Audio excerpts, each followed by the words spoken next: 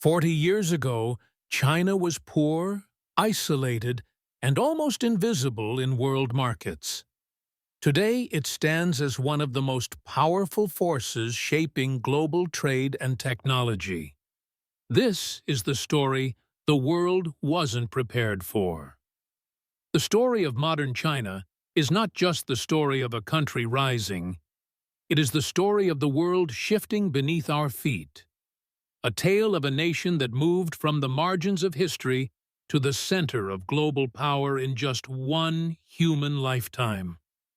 Today, China's fingerprints are pressed onto the products we buy, the technologies we use, the ports we trade through, the prices we pay, and the political debates that echo across continents. But this wasn't magic. It wasn't luck. It was a long, calculated, and astonishing journey that rewired the global economy. To understand China's rise, we rewind to a moment many historians now call the country's rebirth. The year was 1978. China was a struggling nation, isolated, mostly rural, and deeply poor. Its industries were weak, its farms inefficient, and its global influence almost non-existent. Many observers believed China was destined to remain a developing nation indefinitely. But in the quiet corridors of Beijing, a man named Deng Xiaoping was preparing a different path.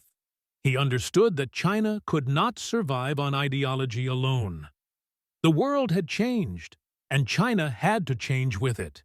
He introduced an idea that shocked traditionalists, but ignited hope in millions. China would open its doors to the world. It would invite foreign companies, allow private enterprise, experiment with markets, and build a hybrid system, socialism infused with the power of global capitalism. Few outside China noticed at first, but inside the country, the ground trembled. New economic zones appeared in coastal cities. Farmers were allowed to sell surplus crops. Small businesses emerged from garages, alleys, and crowded streets. Factories that once felt lifeless began to roar with activity. For the first time in decades, Chinese citizens felt the stirring of possibility. That spark grew into a wildfire. By the early 1990s, multinational companies were rushing into China like ants drawn to sugar. They found a workforce ready to learn, ready to build, ready to work harder than they had ever seen. They found governments at local levels competing to attract investment, building roads, ports, housing, and power systems at astounding speed. And they found something else: stability. China promised long-term consistency, and that promise attracted businesses like iron to a magnet. Soon, China wasn't just participating in the global economy, it was powering it. Factories expanded into megastructures the size of small cities. Supply chains snaked across thousands of kilometers, connecting villages to ports, ports to ships, and ships to the furthest reaches of the world. Electronics, toys, textiles, machinery, furniture, hardware. China produced it all. If you bought 10 items in a store, chances were half of them came from one country. China had become the factory of the world. But behind the manufacturing miracle was something even more extraordinary: the transformation of its people. For centuries, China had been defined by rural life. But economic reforms triggered the largest migration in human history. Over 600 million people, more than the entire population of the European Union, moved from villages to cities, seeking new lives and new futures. Entire towns rose from the soil in a single decade. Construction cranes became symbols of hope. Families who once lived on rice farms found themselves working in factories, producing goods for global markets. Wages grew. Education improved. Savings increased. Homes multiplied. A middle class began to form, one of the biggest in the world. Meanwhile, China's leaders watched, learned, and prepared for the next stage. They understood that relying solely on low-cost manufacturing was not enough. The future belonged to technology, research, and innovation. So they invested colossal amounts of money into universities, laboratories, and tech parks. They sent students abroad, encouraged scientists to return home, and nurtured industries that could carry China into the digital age. What followed was a technological eruption.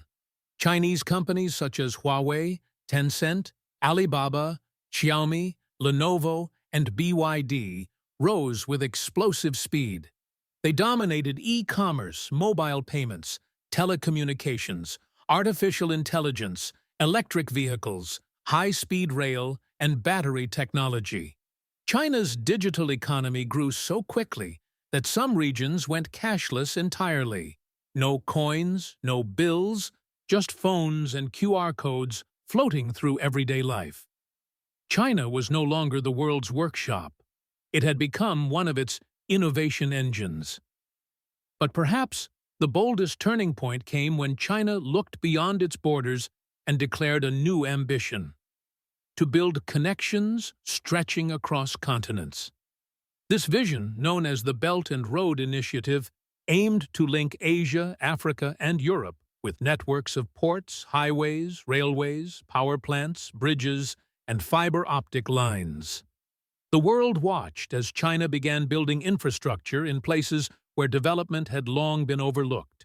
From Kenyan railroads to Sri Lankan ports, from Pakistani highways to Central Asian energy grids, China positioned itself as a global builder. And with building came influence. Nations that once depended on Western lenders turned to China for loans and expertise. New trade routes emerged. New alliances formed. China was not just participating in globalization, it was reshaping it. Inside China, the transformation was equally breathtaking. Cities like Shenzhen, once fishing villages, transformed into futuristic metropolises glittering with neon skylines and towering brilliance.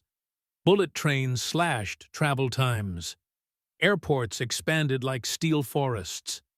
Entire industries sprang into existence seemingly overnight. And through it all, poverty fell at a pace humanity had never witnessed. China lifted hundreds of millions out of poverty, more than any nation in history. Life expectancy increased. Literacy expanded. Healthcare improved. The middle class swelled into hundreds of millions. The nation was unrecognizable compared to its past. Of course, China's rise was not without challenges. Geopolitical tensions grew as countries questioned China's intentions and influence. Trade wars erupted. Concerns about debt, transparency, and strategic ambitions surfaced. Inside China, the pressures of rapid development led to inequality, environmental strain, and the looming challenge of an aging population. But China adapted, recalibrated, and pushed forward, focusing on innovation, renewable energy, domestic consumption, and technological domination. Today, it leads the world in solar power production, electric vehicle manufacturing, and battery development. It explores the frontiers of quantum technology, artificial intelligence, and space exploration. Whether admired or criticized, one thing is undeniable. China is now one of the central pillars of global power. Its decisions can raise or calm global markets. Its industries shape prices worldwide. Its infrastructure projects alter trade routes. Its technology influences billions of lives. The world is no longer watching China rise. The world is reacting to China's rise. And behind this incredible transformation lies an idea that guided China for decades: long-term vision. China plans not in election cycles, but in eras. Its goals stretch across 20, 30, even 50 years. This ability to think far into the future has allowed it to build not just factories, but foundations. It built not just roads, but roots, not just companies, but ecosystems, not just wealth, but influence. Today, when you hold a smartphone, there's likely a piece of China inside it.